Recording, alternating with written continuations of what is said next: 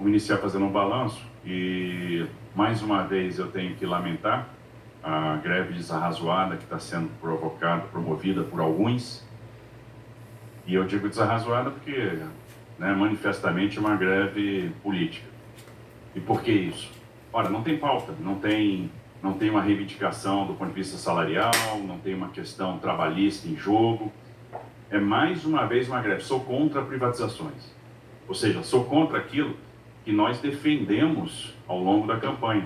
Nós defendemos que iríamos estudar privatizações, concessões, participação do capital privado nos serviços públicos como forma de trazer investimento. Então foi um compromisso. Nessas horas você paga a servidão, paga o ônus da sua posição ao longo da campanha. Você se expõe ao debate. E existiam, naquela oportunidade, posições bastante antagônicas que foram avaliadas pelo eleitor. E essa posição foi a posição vitoriosa. Não aceitar essa posição é não aceitar o resultado das urnas. É não aceitar a opinião diferente. E nós tratamos isso com muita clareza. Nós temos procurado cumprir todos os nossos compromissos de campanha. Sabemos que temos aí um caminho longo pela frente, tem muita coisa para ser feita. Mas a gente disse que ia aumentar o salário mínimo com um patamar entre R$ 1.500 e R$ 1.600 e aumentamos. Nós dissemos que não reajustaríamos a tarifa do transporte coletivo, do transporte público no primeiro ano de mandato e não aumentamos. Nós dissemos que íamos investir na questão dos programas de profissionalizantes para os jovens, nos programas de estágio e colocamos o Jovem Aprendiz Paulista, como prometemos na campanha. Nós prometemos um currículo com mais matemática, com mais português, e fizemos isso. Prometemos que íamos fazer um grande programa habitacional, e hoje nós já estamos aí praticamente com 13 mil unidades habitacionais entregues e 106 mil unidades em produção. Nós prometemos trabalhar muito para que a saúde melhorasse, criamos aí a tabela SUS paulista, o incentivo de gestão municipal, vamos terminar o ano com mais de 1 milhão de cirurgias realizadas, e sabemos que tem muita coisa para fazer. Mas a gente está procurando seguir aquilo que nós prometemos na campanha. As desestatizações, os estudos para concessões não vão parar. Não adianta fazer greve com esse mote. Vou fazer uma greve que eu não concordo com a privatização. Nós vamos continuar estudando, nós vamos continuar tocando. Porque nós dissemos que faríamos isso. E a operação da Sabesp vai acontecer ano que vem. Pode ter certeza disso. E vai ser um grande sucesso. E é o que vai garantir para o Estado de São Paulo universalização do serviço de saneamento, aumento da disponibilidade hídrica, o alcance de pessoas que estão nas áreas rurais, que estão nas áreas regulares consolidadas, despoluição do Tietê. Né? Muito investimento, a gente está falando de quase 70 bilhões de investimentos em saneamento básico no Estado de São Paulo. A gente está falando do estabelecimento de mecanismos financeiros que vão segurar a tarifa. A gente está falando de um modelo que garante, então, essa tarifa mais baixa do que ela é hoje, e que vai crescer num patamar muito mais baixo do que o patamar que está posto hoje. E a gente está garantindo o mercado da Sabesp. Se nós não fizermos isso, a Sabesp vai perder mercado ao longo do tempo. E a gente vem explicando isso em todas as audiências públicas, em todos os fóruns de debate. E esse projeto está sendo discutido com a sociedade, porque já foram inúmeras reuniões com prefeitos, praticamente recebemos aqui todos os prefeitos, reuniões com o parlamento, reunião com o Tribunal de Contas do Estado, reunião com o Tribunal de Contas do Município, reunião com os servidores. Então, é um processo, audiência pública na Assembleia, audiência pública na Câmara de Vereadores, além das audiências públicas que fazem parte do próprio processo de desestatização. E nada vai ser feito sem muito debate. Agora, tem uma turma que não quer o debate, quer impor a vontade, querem desgastar o governo, desgastar o programa. E no que tenta atingir o governo, atinge em cheio o cidadão. O cidadão que fica sem o serviço de transporte, o cidadão que fica sem o metrô, que fica sem o transporte de massa, que vai chegar no final do dia, vai levar horas depois de um dia exaustivo para chegar em casa, que vai se acotovelar para entrar no ônibus, né, que vai enfrentar a superlotação. Esse cidadão é que vai sofrer. Isso não é justo, não está certo. Outra coisa que chama atenção é, mais uma vez, a decisão judicial é descumprida. Então você tem uma decisão judicial, estabelece a quantidade de trabalhadores que tem que operar na hora de pico, na hora de vale, e essa decisão judicial é solenemente ignorada mais uma vez, no caso do metrô. Porque uma coisa que também chama atenção e é importante que seja dita, e aí depois os presidentes das companhias vão poder falar, a operação da Sabesp hoje está normal. praticamente nenhuma alteração. Em alguma estação da Sabesp, uma dificuldade para entrar por causa da realização de piquetes. Na maioria das estações, aqueles servidores que estavam escalados para cumprir a determinação judicial estão tendo acesso às instalações, então a Sabesp segue operando normalmente no dia de hoje. A CPTM segue com uma operação quase normal. Então, praticamente todos os servidores que foram escalados para comparecer ao trabalho, compareceram. Nós temos a linha 11 operando, a linha 12 operando, a linha 13 operando, a linha 10 não opera e a linha 7 opera com restrições, então está operando até Caieiras. Depois o Pedro detalha. E o grande problema, e a maior restrição, é de fato o metrô, onde a gente teve a maior adesão à greve. E entenda-se, maior adesão à greve, maior desrespeito também à decisão da Justiça. Então aquilo que a Justiça determinou, solenemente ignorado mais uma vez. Então, quando a gente enfrenta uma situação dessa, a gente busca a tutela do judiciário, a gente busca a proteção do judiciário para que o judiciário dê contornos ao movimento. O judiciário vai estabelecer como esse movimento vai ter que funcionar. Para tudo tem regra, até para greve. Então, quantas pessoas vão ter que trabalhar no horário de pico, no horário de vale, como é que vai se dar a operação, porque a gente está falando de um serviço essencial. E, mais uma vez, a decisão do judiciário é desrespeitada, é ignorada. Bom, se a decisão do judiciário não vale, como é que a gente fica? Como é que faz? Nós escalamos os servidores para cumprir a decisão judicial. Então, ontem a gente soltou um comunicado, nós tivemos aí, como forma de tangibilizar a decisão judicial, a gente enumerou as pessoas que deveriam prestar o serviço nesses horários de pico, nos horários de vale, ou seja, nós escalamos as pessoas para cumprir a determinação judicial e isso não foi suficiente. Obviamente, isso depois do término da greve vai ser apurado, com vistas à aplicação de penalidades, com vista à aplicação de sanção. E a gente vai depois ver quais as sanções que nós vamos aplicar, porque não pode, assim, a gente não pode mais tolerar o desrespeito, a indisciplina. Não pode ser, a empresa paga o salário dessas pessoas em dia, paga os benefícios em dia, não está em falta em nada com elas. Agora, elas, para proteger o seu interesse, resolvem prejudicar o interesse de toda uma população, de toda uma cidade. Tivemos que adiar o Provão Paulista. E o reflexo naqueles jovens que estavam se preparando para fazer a prova no dia de hoje, tiveram a prova adiada, já ficam imersos na incerteza. Primeira vez que a gente vai realizar o Provão Paulista no estado de São Paulo. Praticamente 1 milhão de jovens fazendo prova nos 3 anos. Primeiro ano de ensino médio, segundo ano de ensino médio, terceiro ano de ensino médio. 1.700 jovens que vieram de fora do estado de São Paulo para fazer o Provão Paulista. Se prepararam para fazer esse Provão. Mais do que votantes, considerando as 3 assembleias somadas. Porque é interessante, porque a CPTM deliberou uma greve com 25 votantes. 25 votantes definindo a paralisação de uma empresa com 6.700 funcionários. Felizmente, não funcionou, porque a CPTM está funcionando hoje praticamente normal. Na Sabesp, tivemos 140 votantes. De alguns sindicatos e associações, só um sindicato se manifestou pela greve, e com 140 pessoas. 140 pessoas falando por 12 mil. Também não funcionou, porque a Sabesp opera normalmente. E no metrô, 1.254 votantes. Uma diferença de 119 votos para aqueles que não queriam a greve, que entendem que a greve não é o caminho razoável para debater esta questão de concessões e privatizações. 119 votos apenas de diferença. E essas 1.200 pessoas querem paralisar um serviço de transporte que vai atender mais de 6 milhões de usuários. Então a gente tem que se perguntar até que ponto é razoável isso. Bom, vamos lá. Greve de 24 horas. Como vai ser a próxima? Daqui a 2 semanas, 3 semanas, mês que vem? Todo mês nós vamos ter uma greve do metrô? Qual o limite para isso?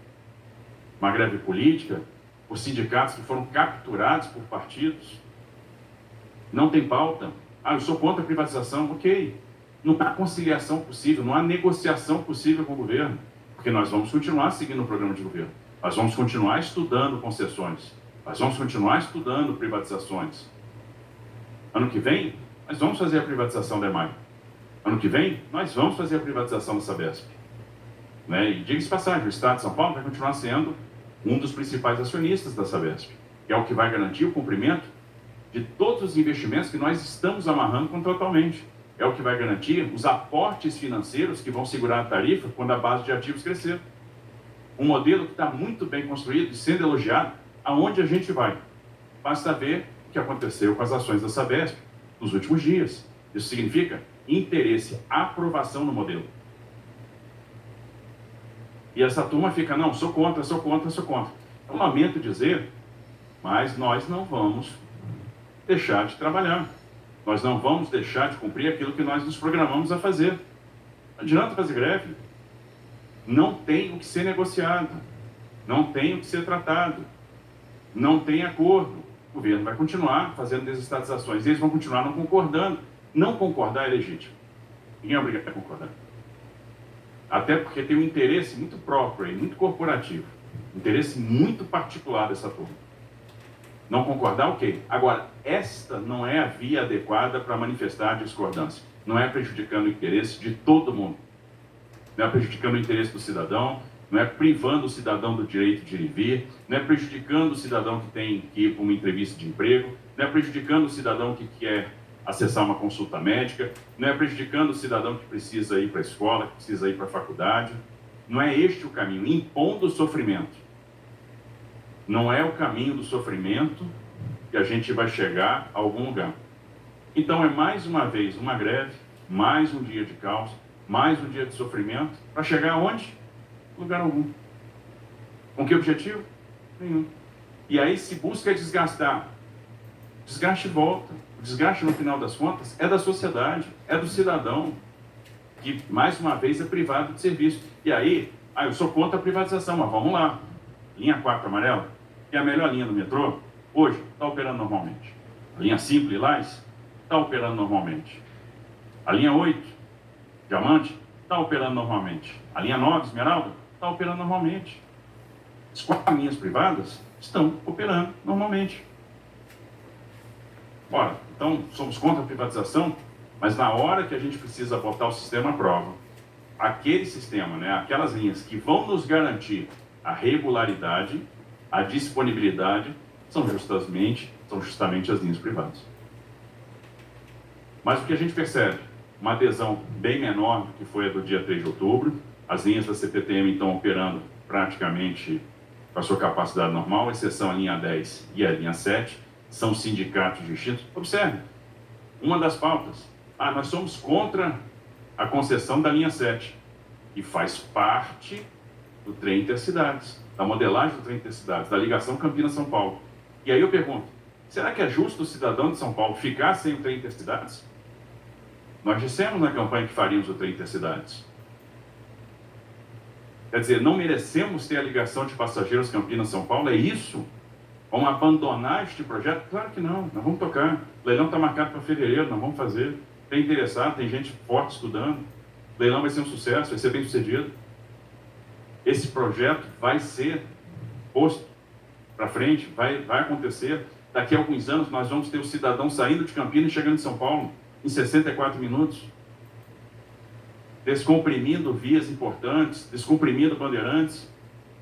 São Paulo merece ter o trem intercidades. Vai ser o primeiro. Porque depois vai vir o Sorocaba-São Paulo, depois vai vir o São Paulo-São José dos Campos. Nós temos que dar o primeiro passo, e nós vamos dar. Pensando Estado. Porque, por que a gente tem que pensar em Estado? Porque ninguém vai botar 8,5 bi de recurso no Estado para ver algo que vai acontecer vai operar mesmo daqui a 7 anos, daqui a 8 anos. A gente não vai ver, eu não vou ver o trem operando, mas ele vai operar. E a gente tem essa firmeza de propósito, e a gente quer que São Paulo tenha o trem intercidades. É por isso que a gente vai tocar. Por isso que a gente não vai parar. Então não faz sentido questionar a linha 7. Mas nós somos contra os cortes na educação. Que corte? Fala para mim, que corte? O orçamento de educação no ano que vem é o maior de todos os tempos. O que vai ser empregado na função educação é o maior orçamento da história. Fala para mim qual é o corte. Ah, vamos cortar 9,6 bi do orçamento da educação. Aonde? Quem disse? Falso. Vão tirar dinheiro das universidades. Não, tem recurso vinculado, 9,57% do ICMS. Falso também. Não vai ter creche. Falso. Nós temos a maior programação de construção de creche da história de São Paulo. Nós vamos atender os municípios que hoje não têm creche. Nós temos um plano de primeira infância. Então eles querem impor uma narrativa, sei lá com que objetivo. Não funciona. Não vai funcionar. Nós vamos manter a nossa convicção, nós vamos manter a nossa firmeza de propósito, nós vamos seguir em frente, vamos tocar os projetos, vamos continuar avançando como nós dissemos que íamos avançar. Teremos operações que serão muito bem sucedidas. Ano que vem a gente tem intercidades, a gente tem Túnel Santos Guarujá, a gente tem EMAI, a gente tem Sabesp, a gente tem Litoral, e vamos continuar tocando. E não adianta ficar parando, privando o cidadão do serviço de transporte, isso não vai resolver nada, isso só prejudica o cidadão de São Paulo. Só prejudica as pessoas que precisam do transporte público. E com que objetivo?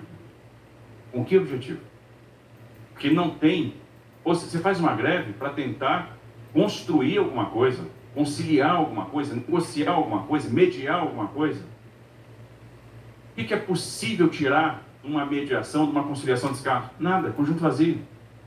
Eles são contra a privatização e nós somos a favor. Este não é o fórum adequado para ter este tipo de debate. Debate de concessão de linhas. De novo, as linhas concedidas estão funcionando hoje, estão operando. Isso só aumenta a nossa convicção que este é o caminho. Então o efeito é inverso. Isso nos dá mais força para perseguir esses objetivos. Então, baixa representatividade na deliberação. Você deliberar uma greve com 25 pessoas votando, é surreal. É surreal. Esse é um desrespeito. De novo, o desrespeito às decisões judiciais. Quero saber o que dá direito ao sindicato de descumprir decisão judicial. Eu vou ignorar a decisão judicial. Eu vou desrespeitar a justiça. Porque nós respeitamos as decisões judiciais. Se eu não estou satisfeito, eu recorro. É assim que funciona.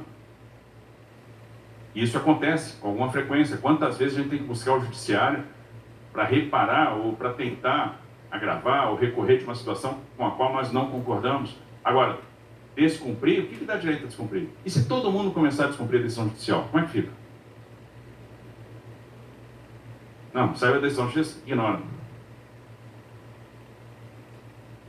Mas eu vou procurar a justiça contra a escala dos servidores, porque eu considero isso atitude antissindical. Peraí, sabe aquela mesma justiça que você desrespeitou? Aquela mesma que você ignorou? É essa que você vai procurar? Assim, a gente tem que começar a parar para pensar qual é a sociedade que nós queremos. Se é a sociedade do desrespeito, a sociedade da indisciplina, a sociedade da anarquia, a sociedade da bagunça. Não é essa sociedade que nós queremos. E nós vamos continuar seguindo o nosso barco, nós vamos continuar seguindo o nosso projeto, sem medo, com altivez, com firmeza de propósito. E não é esse tipo de movimento que vai nos parar. Nós vamos continuar tocando barco, porque é bom para o Estado de São Paulo e nós temos essa convicção.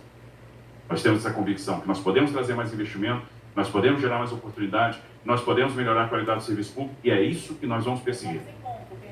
Da mesma forma que nós nos comprometemos a fazer. Bom, eu vou passar aqui para o André Salcedo para ele falar um pouco do cenário Sabesp, depois eu passo aqui para o Pedro falar da CPTM e depois para o Júlio falar do metrô.